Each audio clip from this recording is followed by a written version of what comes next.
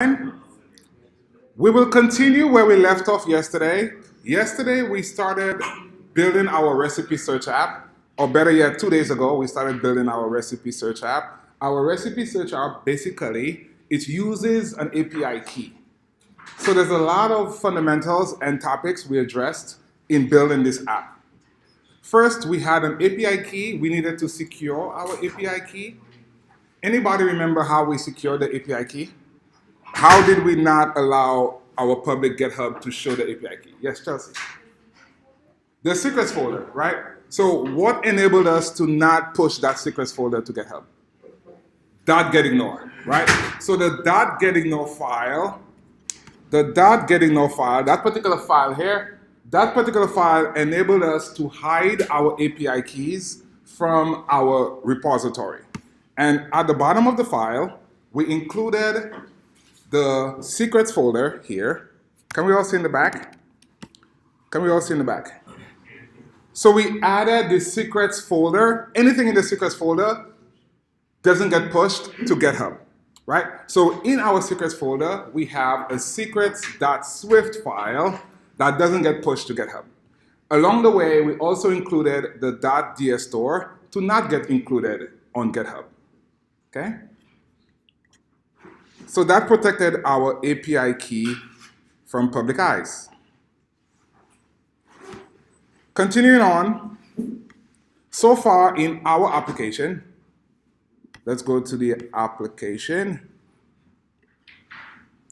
In my test, the last test we wrote yesterday, we wrote a test to test the fetch recipes function. The test recipes function basically says, if I run that test, I should get back 50 recipes, right?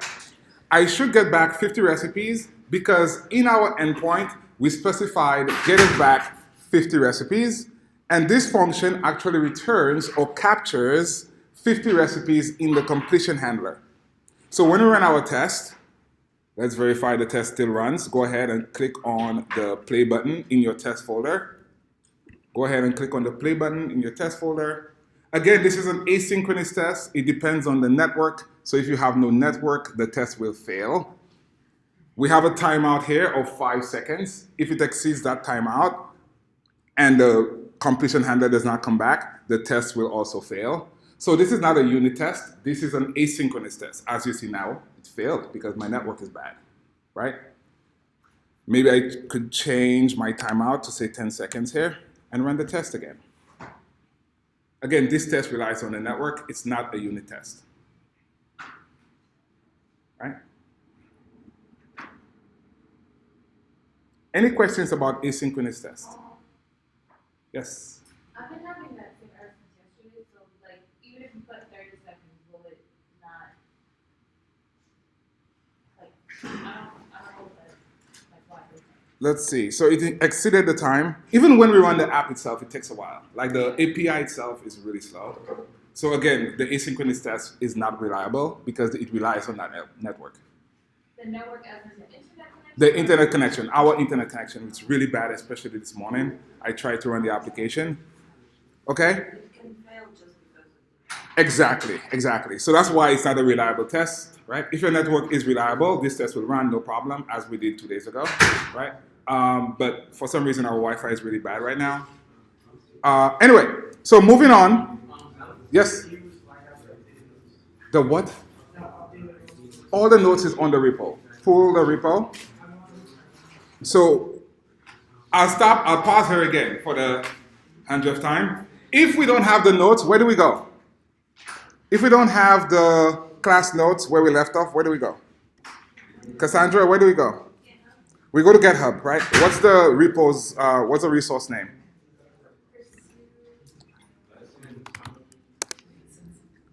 So we go to GitHub.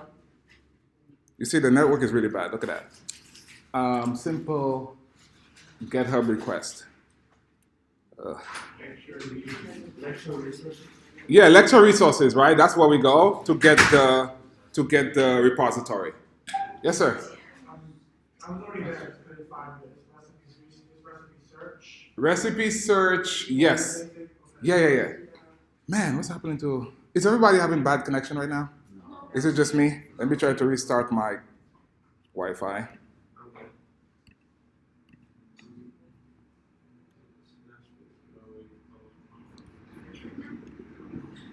What did you say? Okay, that restarting always works, right? Look at this. Okay, so here we go to the lecture resources, if we're not here, and we navigate down to our current unit is Unit 3.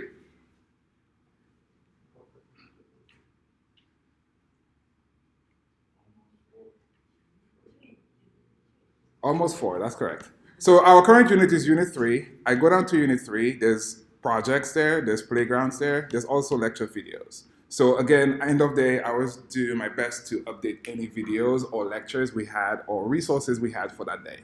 If you want to go to the lesson, you go to the Pursuit Core repo. If you want to go to stuff we did in class, you go to the lecture resources repo. Only 2 repos, that's all we care about. Cool, great. So moving on to our project, let's run the application again and make sure our table view does show results. Because yesterday, Benvenido came up and he finished off the table view as far as like getting labels populated. So this is what we had yesterday. Yesterday, this is where we ended. We had a table view of a hard-coded recipe, pizza, right? So Benvenido was looking forward to pizza. He searched for pizza, and we were able to get pizza populated. At this point, does everybody have the table view showing some sort of results? Jahid, you said no? 401 authorization. Go to Postman and make sure that you get results from your Postman. And also put a breakpoint right at go to your API client and put a breakpoint right after the request there. You see right at line 29, put a breakpoint there, run your app, and PO, and make sure the URL is a valid URL. Anybody else having issues not seeing results in the table view? I don't, but I wanted to know what you would type in to see if it was a valid URL. Okay, so you would put a breakpoint right at 29. I'm in the API client, I'm in the fetch recipe function. I would run the app, put a breakpoint at the request, run the application. When it stops at the breakpoint, I go to my debug area and I type in PO request.url,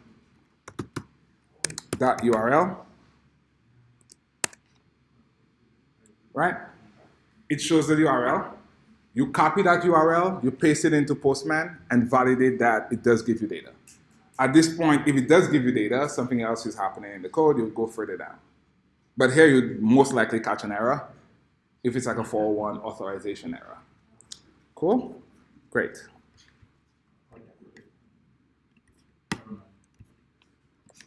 Okay, cool. So the next step in our recipes application is to get our UI, to get our user interface looking like this product here. This is the goal of this morning, to get our application looking like this particular app here, right? So what we need to do, we need to add in a search bar. So the first thing we'll do, we'll add in a search bar so that I could enter any sort of recipe I want. We won't use text dechange because that will clearly run into our API calls and it will revoke our API for that minute that we ran it in there. So we won't use text dechange, but we'll use where the user taps in search button. That's what we'll be using. So if I search for mac and cheese, I get mac and cheese.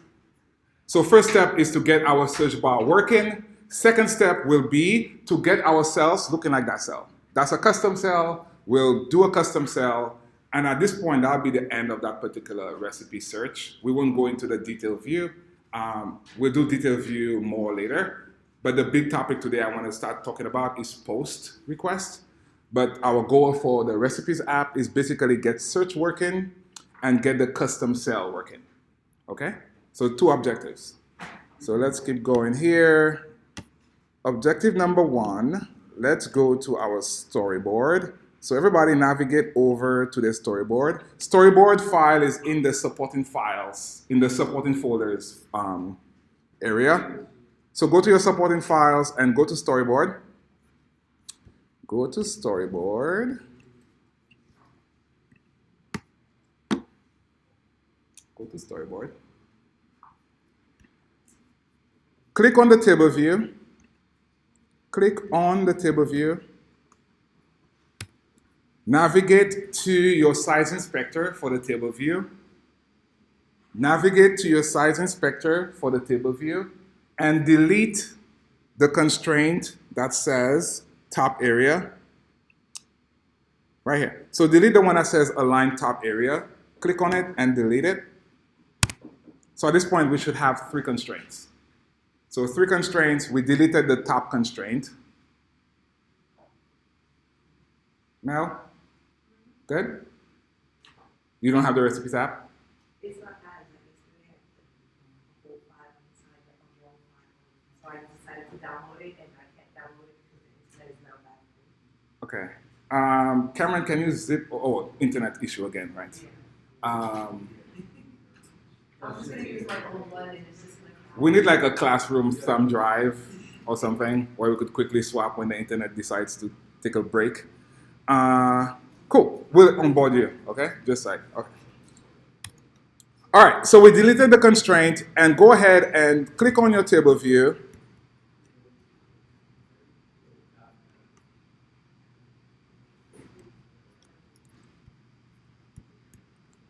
Click on your table view, drag it down. Drag down your table view. Let me zoom back out here.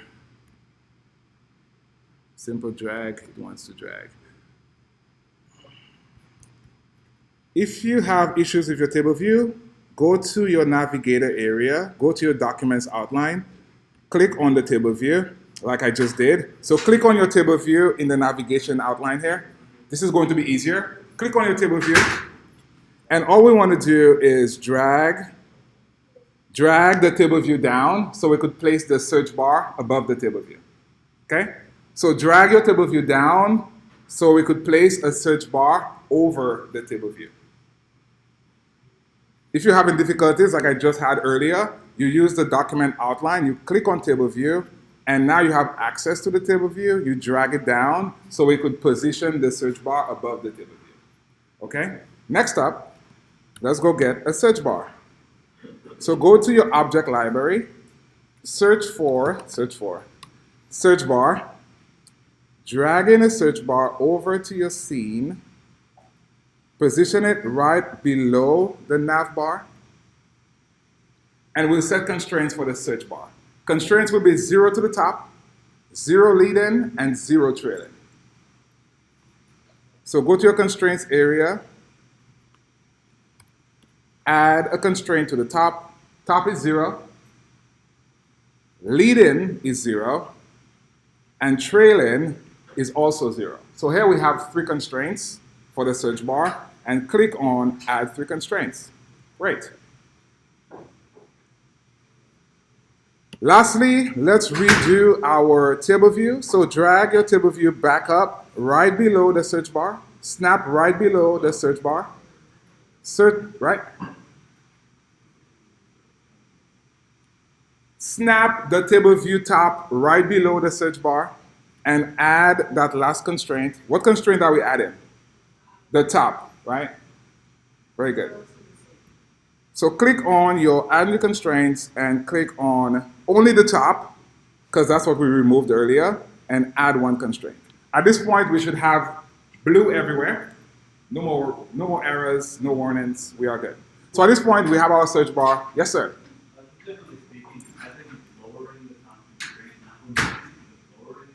That's fine. You could also do that. Lower it based on, yeah, you could also do that. Very good. Very good. Okay. I've seen people with a search bar without a placeholder. Let's put a placeholder there so the user knows what they should be typing. So in our search bar, we'll simply have a placeholder saying search for recipes. So the user knows some hint of what they're doing there. So let's go ahead and add in a placeholder. Click on your search bar. Click on your search bar. Go to the attributes inspector for the search bar. Do we all see where it says placeholder? Do we all see where it says placeholder for the search bar? Go ahead and enter search for recipes there. So search for recipes.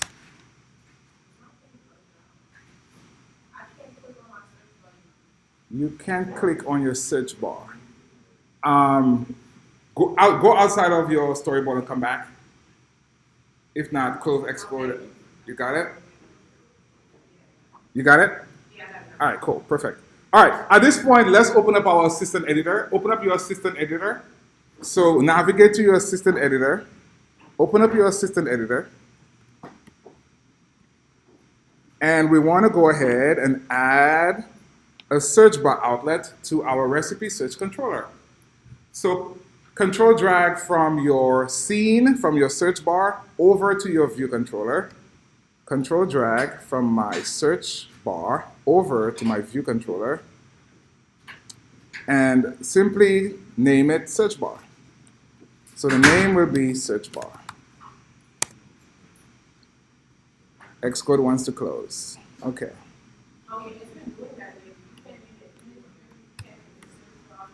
I'm going to close Xcode and reopen.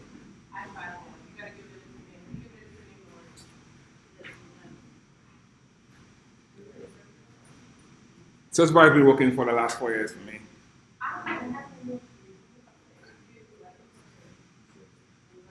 Okay, so I closed Xcode because I had a bug.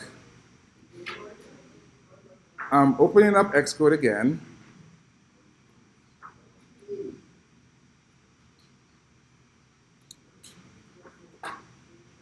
Cool. So let's go ahead and drag that search bar again. Click on my search bar.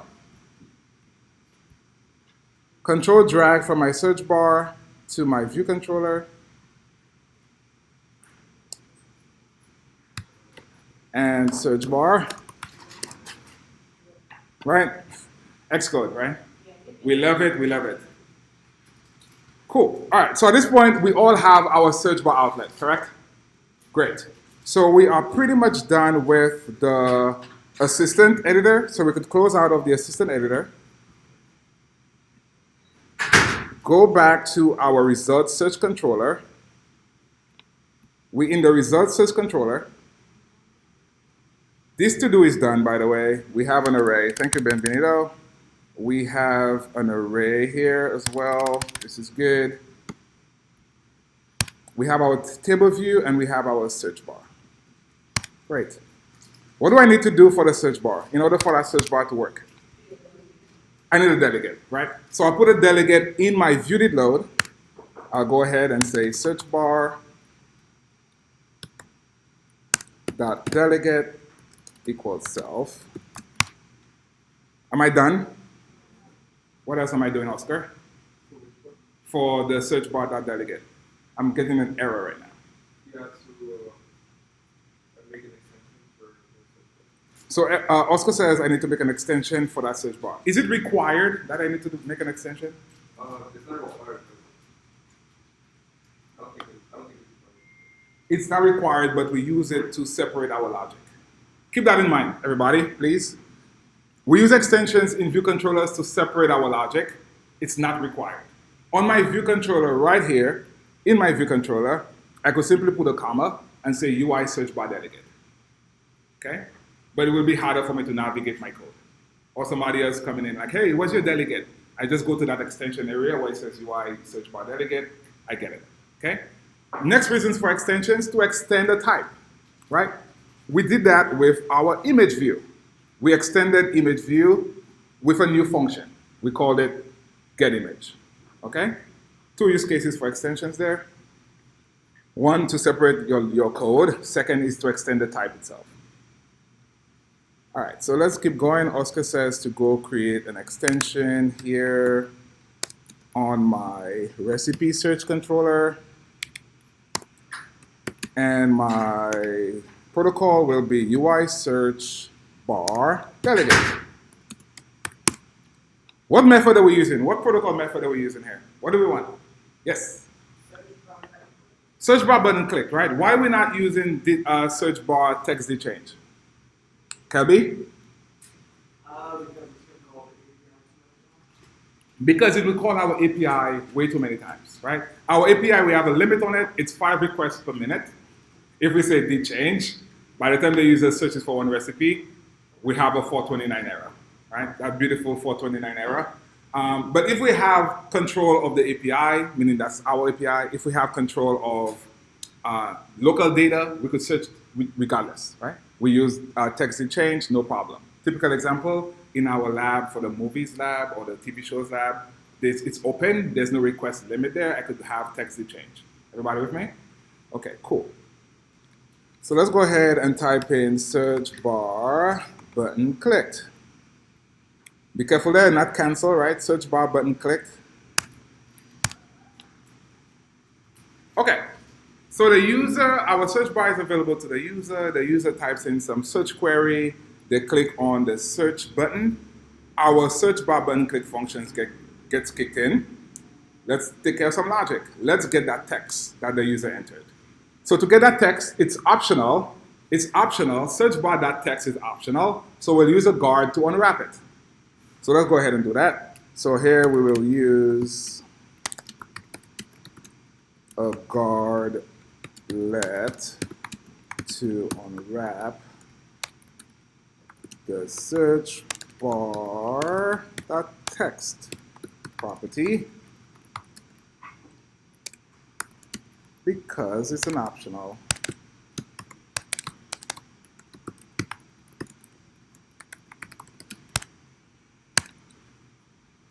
Cool. So let's go ahead and do that. So we'll say guard let, I'll call it search text equal to our search bar dot text return. We don't want to crash the app here, right? But we don't want to return silently either. So for now, we'll put a print statement. Later today, I'll show us how to extend our UI view controller to have an alert on it. So we're not always saying let alert controller equal to UI alert controller. Okay, so we'll have that little extension to use in our code. But for now, let's just simply put a print statement here. If something does go wrong or whatever, I'll simply say missing search text. At this point, we have our search text. That's great. We have our function. Did we update our function, by the way? I don't think we did. Our function should take in some search text and make the query. Right now, we don't have a function that does that. Our function right now is hard-coded. We have load data. So let's go ahead and refactor that load data to expect some argument. So let's go back to our load data. Can I go up? Can I go up? Okay, cool. So I will go up to where we have our load data function right here. We'll refactor our load data. We will call it search recipes. I should refactor, sorry. Who's stopping me? Nobody. Okay, so we know what I just did, right? I was trying to manually change the name of the function. This is bad. Rename, refactor, okay? All right? So let's go ahead and refactor, rename here. And what are we calling it? Come on, Xcode. I need cores, I need more power. Search recipes. Oh, my computer? Concurrency doesn't have enough cores to concurrently do everything I'm doing right now. Like a hard drive, that's not gonna help it. It needs more cores. Yeah, right now it doesn't have enough horses. When do I get it? Hopefully Santa comes earlier. Yeah, hopefully next week. All right, cool. So we have our search recipes here. I press enter. Our search recipe should expect some sort of query. So we'll put in an argument here. I'll call it search query. And it's a string. And now we won't hard code pizza anymore, right? Because not every time you want pizza, right? I mean, you have the thing once for the month, you feel like that's enough. So here we want to change the hard-coded string we have here to our search query. Search query. Okay? In our viewed load, at this point here, we could update our search recipes. Put in whatever food choice you have. Whatever recipe you want, it's up to you. You could put it in here. It's still hard coding, but at least the user has some sort of starting point. When you first load the app, it has some results. It's up to you if you want to put results or not. I could leave it empty. Yes, sir. Is it possible that it does leave me an empty row of all the possible recipes? Or is that At this point, the maximum will be 50, because that's what we set. So leaving it empty might give you some strings, some recipes back. You could do it, experiment it. Ideally, probably, like every search query, whether it be Netflix or whatever, there's like a default search there, or featured search. That gives the user something to look at, as opposed to like a blank slate. Nobody really likes to watch a blank slate, right? Because I might see a recipe app, I don't know what I'm looking for, but I see maybe featured by season, like Christmas recipes, for example. That would be like a default. Does that make sense? So, yeah. So Christmas cookies here, good. Let's run the app first to make sure that we do get some sort of results. Again, use whatever recipe you want, food choice you want. We're just validating that it works. We haven't added search functionality yet.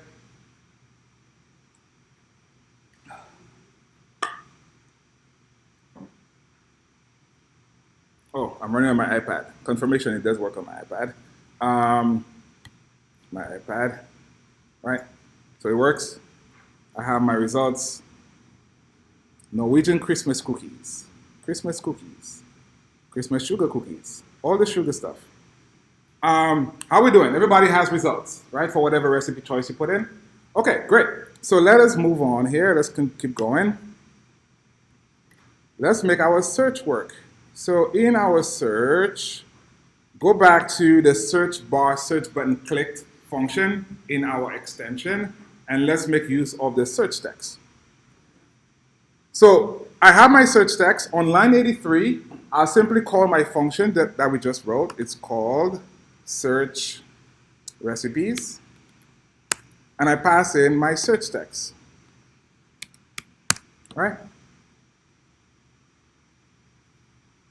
So at this point, when the user clicks on the search button, my function will reload the table view.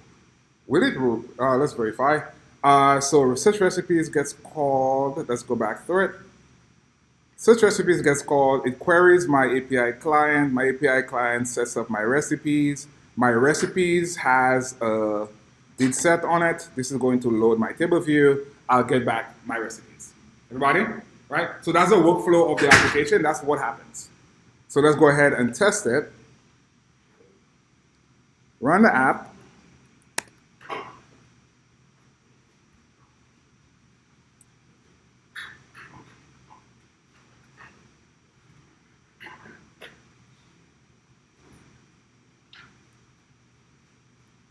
So run the app and type in some search. What are we searching for? Chicken. Okay. Haven't had it in 22 years, but I will go there. Chicken, search. Okay, I got chicken. Yeah, it's the same API. So I got chicken, right? I got roast chicken. I got all sorts of chicken. At this point, we really just want to see what the chicken looks like, right? We want to see that image, right? So search works. Does search work for everybody? Okay, great. So let's keep going on. Our next step in our application is to get, search is working. Do we want the search bar, when I click on search, do I want the keyboard to dismiss? Right? I want the keyboard to dismiss. How do I dismiss the keyboard? Resign first responder. On what am I resigning first responder? On the search button clicked. Okay. Everybody here? Everybody on board, right? So we want to dismiss the keyboard when the user clicks on the search button here. So dismiss keyboard. In the viewed load, we call the search function, and we passed in any recipe we wanted.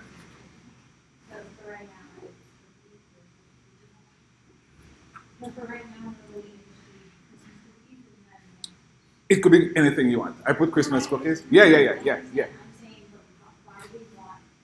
You could do empty. You could do an empty state. That's fine. But give the user something like, hey, start searching or something. Like you could give them an empty view saying start searching. What do we got to have all?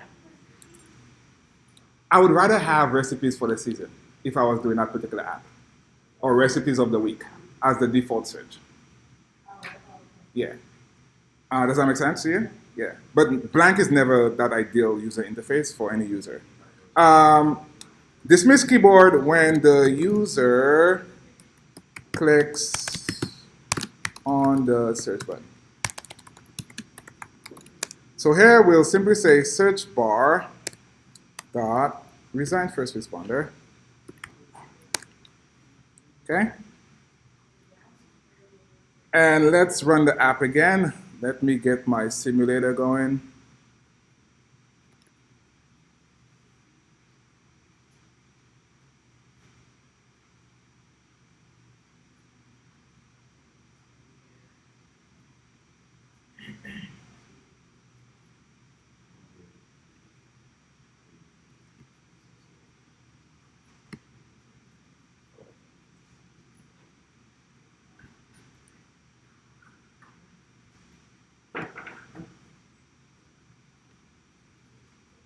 Okay, so I enter some search here, tacos. I press search. I get tacos, and my keyboard goes away. Okay? I put in tacos, my keyboard goes away. Great. Next, let's go ahead and do the custom cell. Next step is to do the custom cell. We'll have a custom cell with 3 elements. The custom cell will have a view, which is some sort of transparent view that creates that effect here with the label. We'll have a label and we'll have an image view. Okay, so those are the views we'll have on our custom cell. So let's go ahead and exactly. I'll have the image view. Then I'll have my transparent view, Right. and then I have my label. Oh, so first you have your image view. Yes. Then a view, then your label. Yes. Yes. So figure like some filter, like figure you're doing some filter on some image. That's why you make the view transparent. Yeah, exactly. Exactly. Very good. So let's go ahead and do that. Cool. So let's go back to our storyboard. And let's set up our cell. So my cell, I'll drag this down.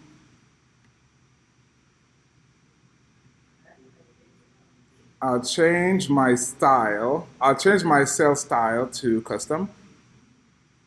Okay. First, I will drag in an image view. So select an image view from your object library. Drag in an image view over to your cell. And the image view will be the same size as the cell. Image view will be the same size as the cell. Go ahead and set the constraints to 0 all around. So constraints will be 0 to the top, 0 leading, 0 trailing, 0 bottom. Those are 4 constraints. So 0 to the top, 0 leading, 0 bottom, and 0 trailing. 4 constraints. This is my image view. Next, I will go ahead, I will get a view, a UI view. So search for a UI view. Get a UI view, drag it over to our image view. Before we forget, let's actually update the aspect ratio of the image to aspect fill. So click on your image, click on your image view, and change aspect fit to aspect fill. Okay? And now let's go back to our scene, and the view itself is the same. The view is the same size as the image view. Set the constraints for the view, 0, top, bottom, all around. A UI view. So go to the object library and search for UI view. The constraints for the UI view is the same. It's 0 everywhere. Great. So you want the alpha to be like 0? Before that, let's make it black. So make the view itself black. So go to the attribute inspector for the view. Select black color. Right? So it's black. No, we just dragged it. So the view is black. Not the image view, but the view. Say that again. Not the image view, but the view is black. The view is black, yeah. Any questions? Anybody need help? Okay, so let's change the alpha of this view we have here. So click on your view. Everybody sees alpha, right? Seren, what does alpha mean? What does alpha do? Transparent property. What's that? Transparent property. Basically, yes. So the alpha, if it's 1, you see the full view. If it's 0, do you see the view? Yes. You see the image of it.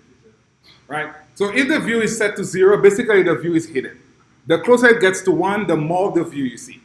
Right? So if you want that view to be somewhat transparent, you could decrease the alpha value. Alpha goes from 0 to 1. Very similar to our unit 2 assessment.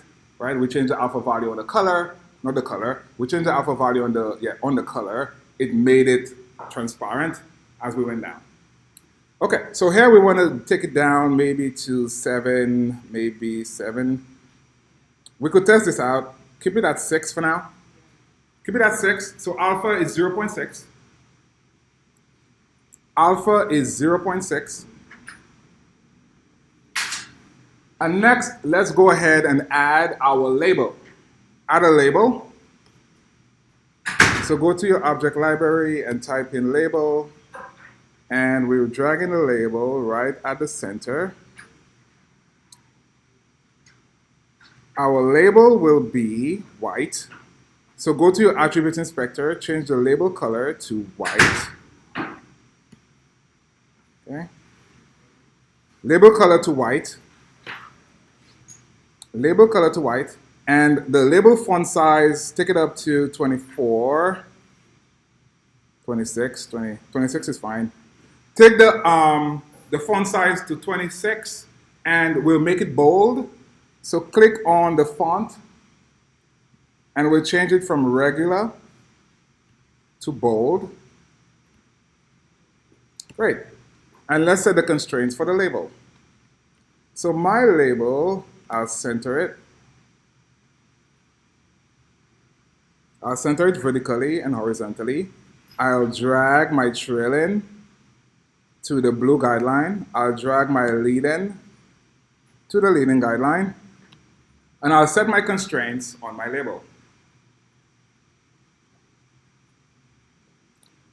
The constraints for the label, I will go to my constraints area. I'll go to my align constraints. Zoom in here. Center it horizontally and center it vertically. So vertically and horizontally centered of the cell. 2 constraints. And 2 more constraints for the leading and the trailing. They'll be both at 20. So 20 leading and 20 trailing. 2 constraints. I have a question. Why did we drag it all the way to the end? We didn't have to drag it. We could have done it after the fact. Cool? Great. So we have all our constraints set up. Now we need to connect our constraints, we need to connect our outlets now to our view controller. Any questions? Yes? Should we make the line 0 instead of 1? A line 0. We'll make a line, Not a line, but a line. we'll make number of lines 2 for now, or 3. So go to number of lines, as Tiffany is saying. Go to number of lines here, and increment it to 3. So we'll have 3 lines. Increment number of lines to 3. Okay? At this point, we'll go create a new file, a new cell, subclass of UI table view cell, and we'll call it recipe cell. So create a new file. Go ahead. This is how we do it, but I know we have to, for our file, we have to write over our, UI. How do you get to the, we have to drag it from? We could drag it from the document outline. Yeah. And that's not a silly question. Come on. No question is silly questions. Okay, so let's keep going here. What are we creating? We're creating a new file, right? We're creating a new file. Do we all see views? Do we all see the views folder? Right? On the views folder, click on the views folder. Wow. Tiffany, are you bringing the heat up? Somebody's trying to kill me right now. Greg, is that you? Are you trying to turn the heat up there? I think it just went up 10 degrees. It's not you? Okay.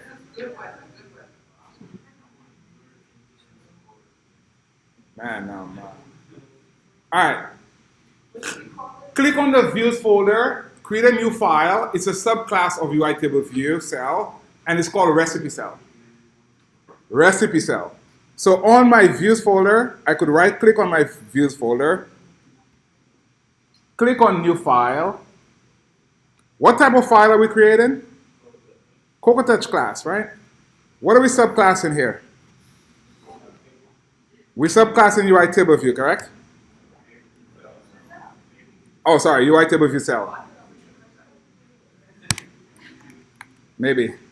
UI table view cell. And what is the class name? We said recipe cell. It's Swift.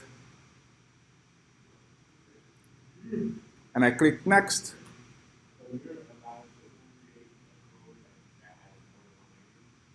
Yeah, you could mix Objective-C and Swift. Very good. So here I create file and keep going here. So here we have our recipes class. Well, not this one. I have my recipe cell here. Come on. That's good. What are you doing to me? Does anybody see what's happening here? Okay.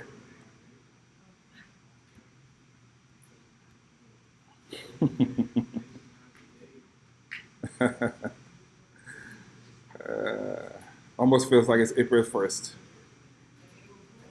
Yeah.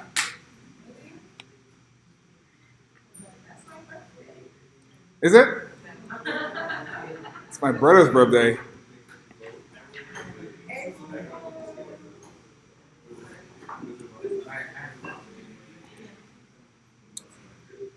It is. It really is. Who knows what happened there? It blows my mind. Yes.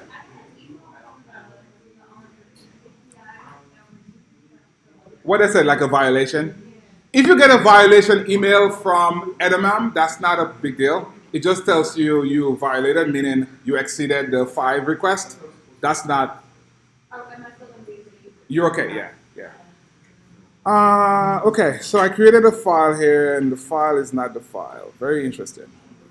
Okay.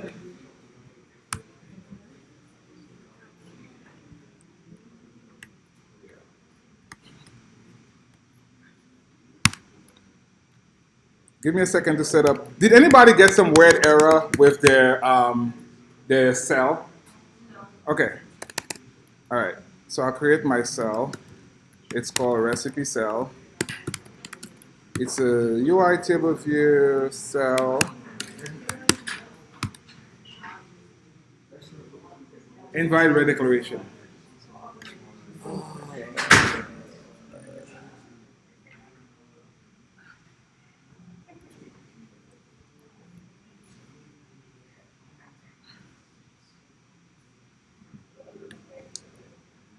Give me a second. Let me get Xcode happening here. Recipe cell.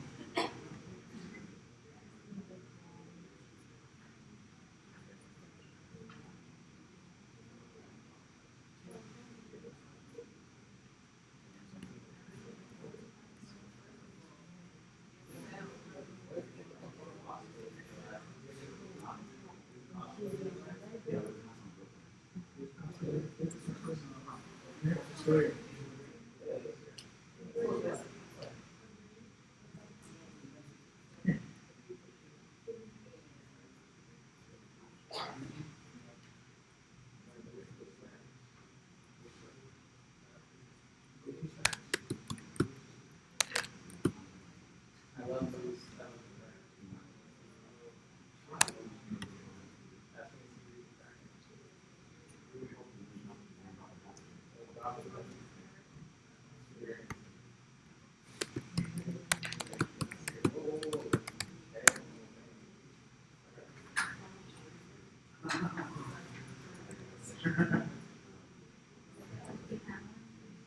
don't have to drag over the view, just the image of the label. Yeah.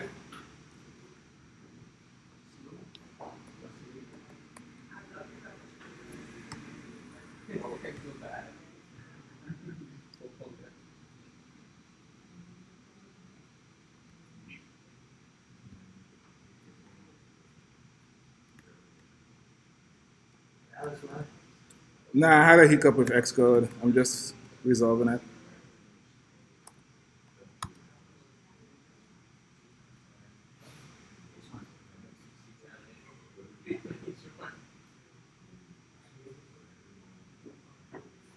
Okay, I'm back. I'm back.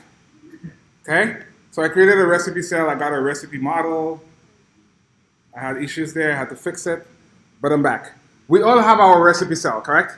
Let's go ahead and edit that file. So delete those two functions like we always do here because we don't need them right now. We have two outlets we're interested in, the image view and the label. Let's go ahead and set that up. So we have our image view. We'll call it recipe image view. It's of type UI image view. And we have our label. We'll call it recipe label. It's a UI label. So IB outlet here. And we have a recipe label of type UI label. Great. So two outlets, and we'll create a function called configure cell. Here we'll have a configure cell which will take in a recipe.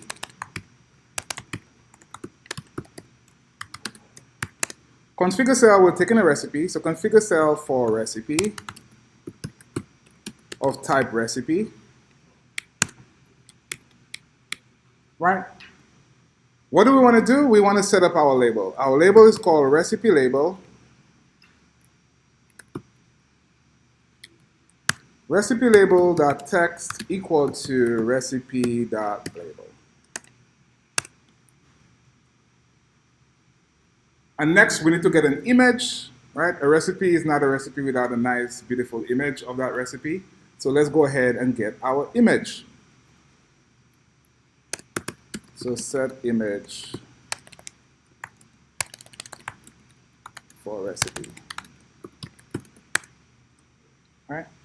And we set the image for the recipe using our extension. We wrote an extension on UI image view controller, on UI image view. We wrote an extension on UI image view that simply says get image, and it returns us an image, right? It has an activity indicator already. It's a beautiful thing, right?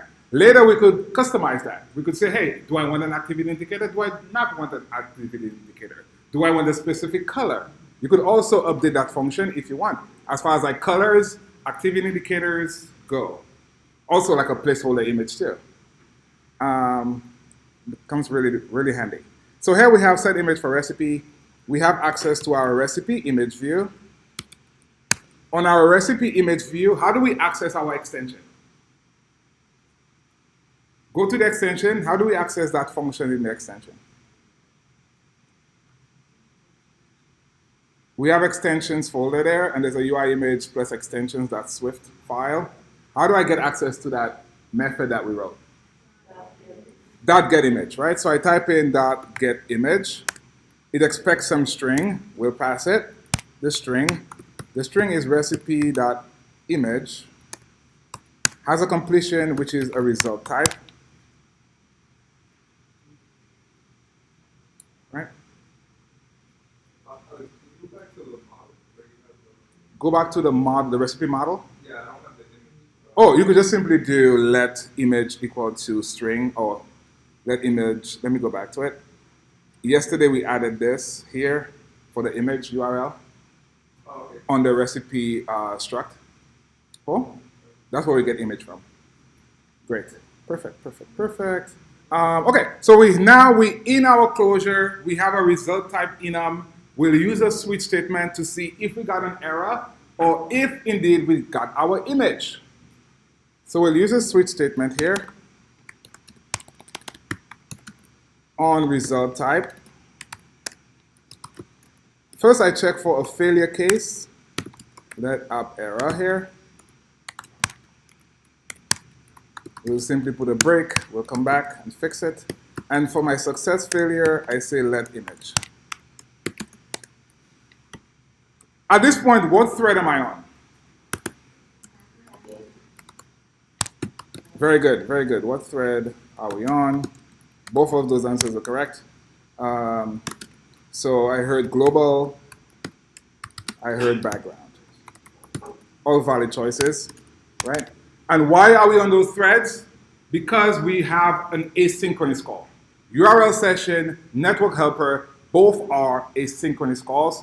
Both are done on a background, right? And if we want to update our UI, we have to dispatch where? Julia, where we're dispatching if we were to update our UI? What do we dispatch to? I'm about to update my image view. I'm on a background thread, dispatch main, right? Everybody, right? So we dispatch back to the main thread to update UI. And here, that's exactly what we want to do. I want to dispatch queue main. I have one question. So we're doing the function on the image itself, on the image itself. On the image view, we have a function that we wrote on the image view itself. It's in the extensions folder. It's in that extensions folder. So on any image view, I could simply say get image. You see that function that we wrote? I got you. Very good. Everybody else know where And the that's the same function that we use when we do astronomy. astronomy, exactly. We just renamed it from set image to get image. Any other questions about get image, where get image is coming from? So get image, we wrote get image on our extension for UI image view. This is the get image function. Takes in a string and a closure. If there's an error, we get an error. If we do get our data back from the network helper, we create an image. Right? Right here. Yes, sir. So let's say we were to reload our cell and like configure the cell again. When we dispatch to the main, it puts back on the main thread.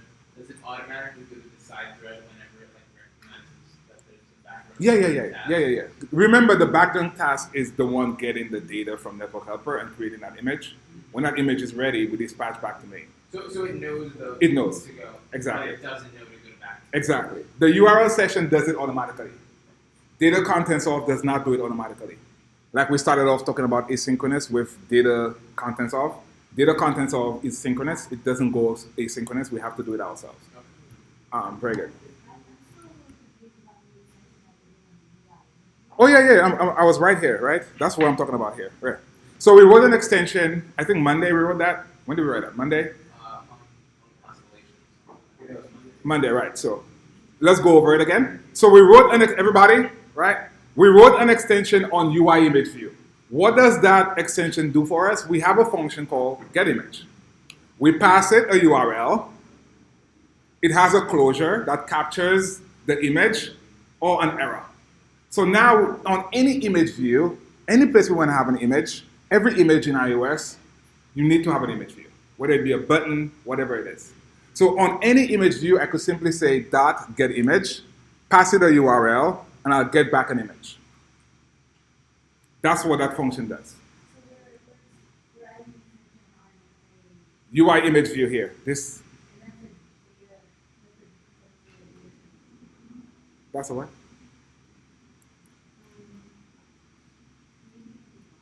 No, as a question. That's what?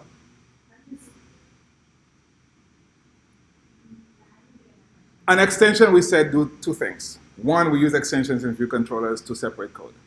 correct? A next use case, and one of the best use cases of extensions is to extend the type. UI image view does not come with any get image function, right? Doesn't come with that. Out of the box from iOS, we do not have that. As a developer, you say, hey, I'm on an image view already. I want to have this extra function. It's not available. How can I make it available? I make it available using an extension on that type and put in whatever function I want in there. At this point, the function I'm interested in is called getImage. I could call it whatever I want, but getImage sounds right. And then what getImage does, or what it takes, is a URL, and then a closure because of an asynchronous call, and that gets us the image.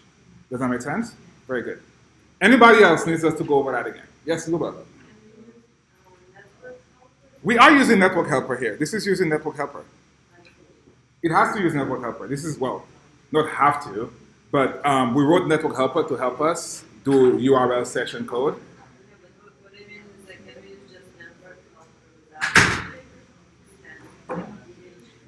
Question, guys. I'm hearing a lot of whispers here. Luba is asking, can I use Network Helper without UI image extension? If you do that, now you have to do it for every use case. I think the question you're asking, can I use image client, maybe?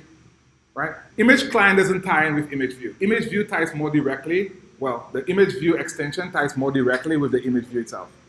The closer you could tie that thing you're looking for with the type, it's better. Make sense? Anybody else? Right? So now we have that small utility function. We could take it to any code. Any code where you want an image, you could have that extension there, and that's it. If you say dot get image, it gets you you pass it the URL, which you need anyway to get a web image, and then it gets you the image. Yes? Go back to the cell. Any more questions with extension before we go back to the cell? I know we went over this, but with the activity indicator. Activity indicator. The function of that, like I guess it's a visual demonstration, but the function is also that it doesn't do anything but the visual indicator. Oh, okay. That's it. What did we do again that got rid of the flickering? That was in the cell. We'll have to do it today too. We haven't done it, but that was in the cell. That was like step 2 of that. So again, activity indicator doesn't do anything but a visual representation of some activity happening. Everybody? The activity indicator is not the thing that gets us the image. The spinner doesn't do anything but UI. It doesn't get us that image, okay? All right, so go back to the cell, right? Was there a cell question? So how come we're breaking for failure? We're not done. We're not done. If you want to keep coding, when you have a switch, you simply put a break and you come back to it later, and we'll decide what we want to do there. Either we want to send back, well, we're not sending back anything. At this point, we could just give an image, like an error image, okay? And I think Cassandra sent us out the system image for the error, the exclamation mark. So we'll simply put that there instead of the break. So we'll say dispatch main here.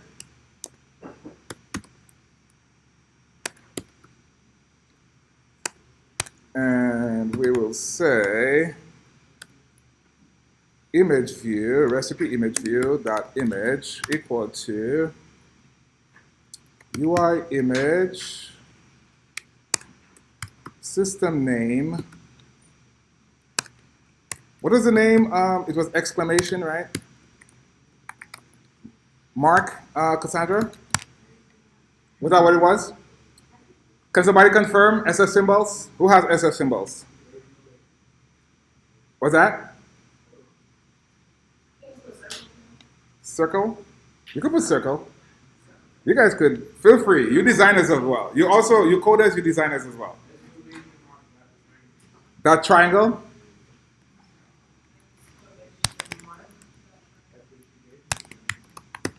This? Yeah. Cool? All right, thank you, Sering. Sering confirmed. Almost. There's no dash. There's no dash. Is it camel case? No, it just read result. Like this? Okay, cool. Thank you for the confirmation there, sir. All right. Cool. So if we have an error, we have an error image. Everybody, if we have an error, we have an error image. If not, we use the image we got back. So on line 29, I'll simply say self.recipe image view dot image equal to image. I'm not using app error.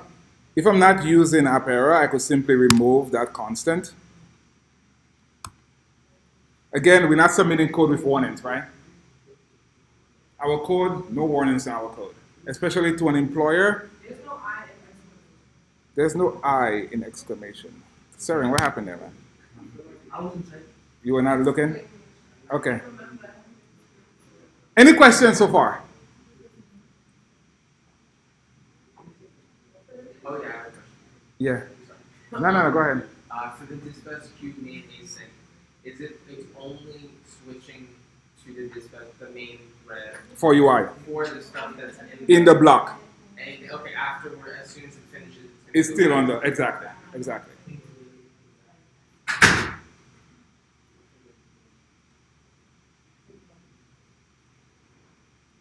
Any questions before we move on? We'll be doing result type in all our closure code. So at this point, this is week 1.5 of writing result type. It's second nature after for now, right? In second nature, we have a result type. It has two cases. We have failure or we have success. In our success, this is where we grab that actual data we're looking for. In our case, we have an image, and we use the image on our recipe image. Recipe model. So I think there's like another I want them to ask. That's like authorization. I show them how to get the breakpoint there to see if it's the same in Postman. That's how to debug that error. We did it earlier. Yeah. Okay, so let's see. Chelsea, specific question about the model? Okay, cool. All right, so let us keep going here. We have our cell, we have our image. We need to go back to the view controller, and we also need to go back to storyboard, right, to do some more changes, because right now we're still using the built-in cell. We need to change our storyboard cell to our recipe cell, right? So let's go do that. So go back to your storyboard. Go back to storyboard. And let's get to our identity inspector for the cell. So click on your cell. Beach ball, it's not summer. Okay, click on your cell. Go to the identity inspector. And where it says UI table view cell, we want to change it to our recipe cell.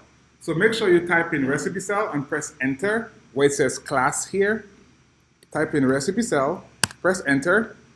Make sure that check mark is on. Question. Was there a question? Okay. So make sure you change your class to recipe cell, which is what we're using. We still have our reuse identifier. This is good. We're not changing that. And while we're here, let's open up the assistant editor. Open up the assistant editor.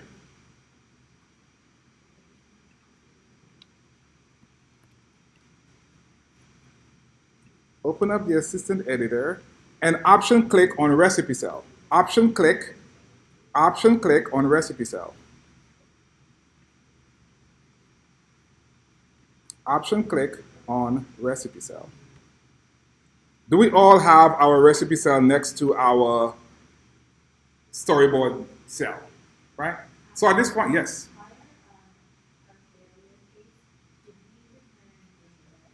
For which one?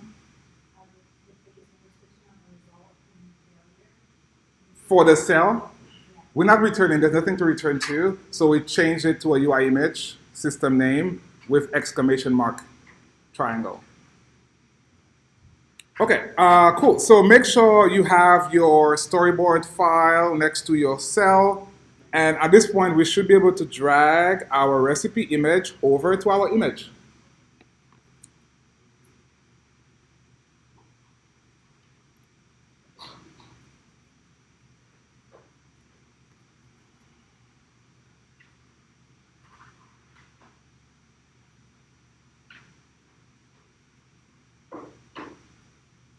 And also drag your label over to your label.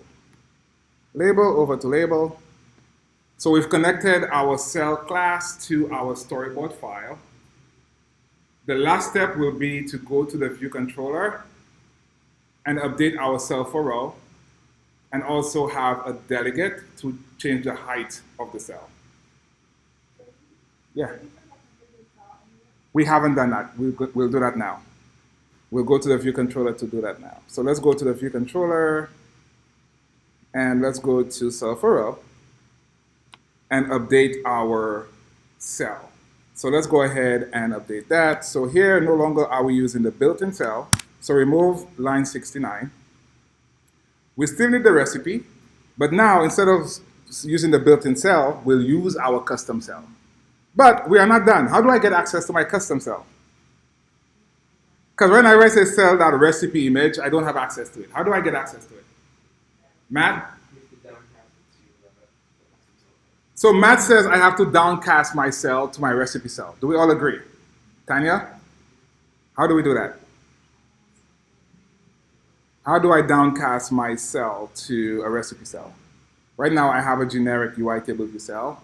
If I option click on my cell here, how do I get that generic, not generic, how do I get that custom recipe cell we created?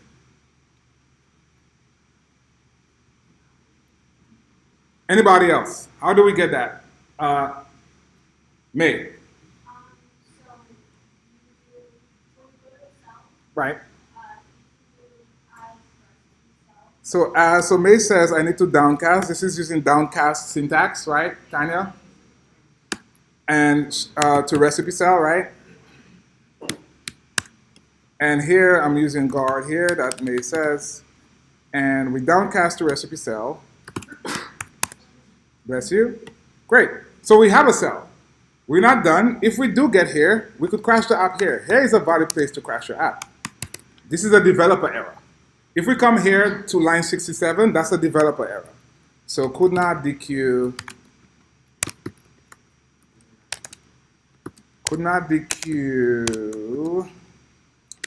a recipe cell.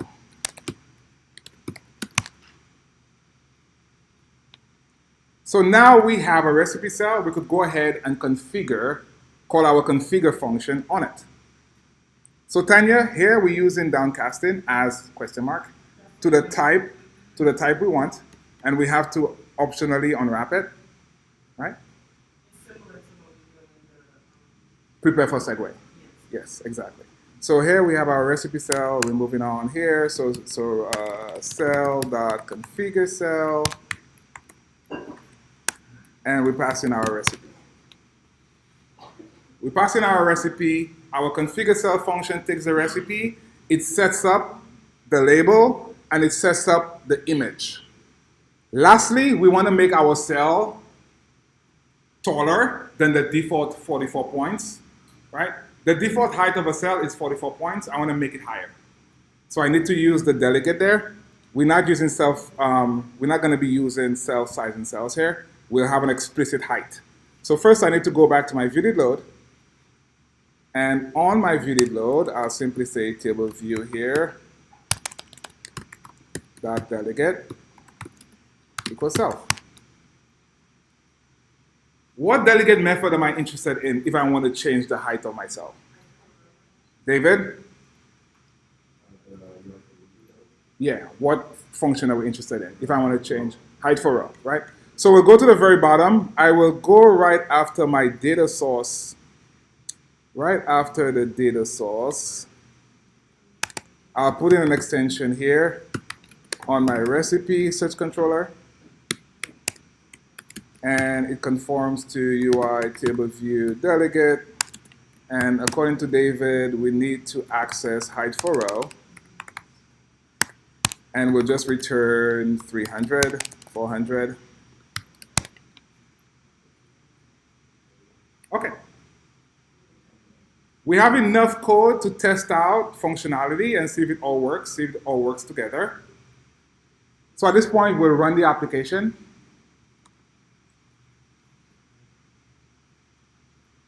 Not on the iPad.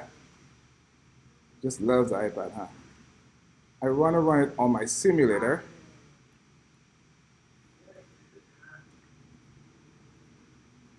I hear people seeing recipes. Tiffany, you seeing recipes?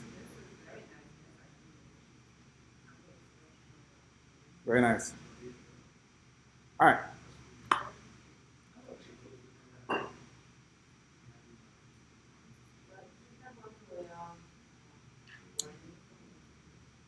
I'll double check right when we finish. It might be some. Okay. So I have my recipe showing up here. I have my cookies showing up. Does everybody else have their recipe showing up? Okay.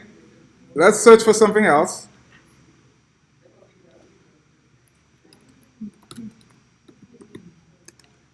It makes you hungry? Ooh, that is good. So I'm searching for mac and cheese. I'm getting my mac and cheese, right?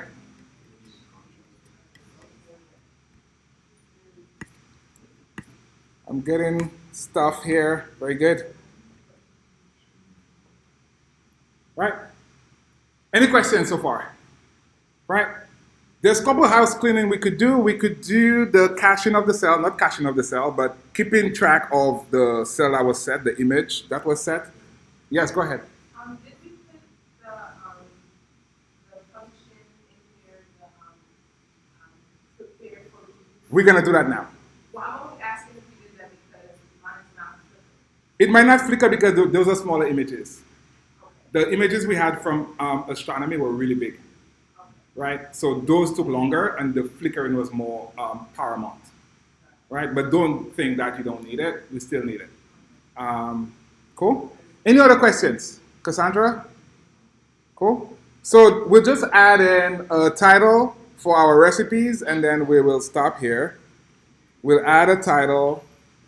We'll add a title in code. Get used to code stuff. So right in my view did load, I'll add in a title. So set title, set navigation bar title. And here we'll simply say self. We have one more issue, by the way, before we finish. Nobody stopped me. Nobody pointed it out. Pop quiz. We have one issue with the closure. What is it? Strong reference, right? Mrs. Sering says we have a strong reference cycle. So we need to go fix that. So navigation item dot title equal to, what is this? We'll call this recipe search.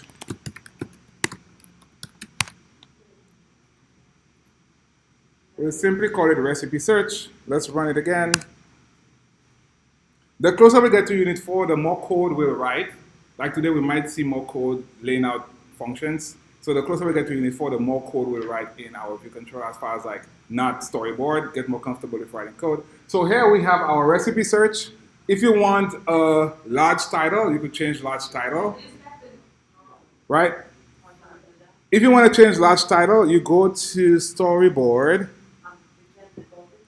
You could do prepare, but I will do it in storyboard because people still are not sure where to do it in storyboard. So in storyboard, I'll click on my navigation bar. I'll click on my navigation bar for my storyboard. I'll go to Attribute Inspector. I'll zoom in here. Do we all see prefers large titles? When I click on my navigation bar, on my navigation controller, do we see prefers large titles? Do we see that? Yeah. So we click on it, right? If it doesn't change for you right away, there's a small Xcode bug there.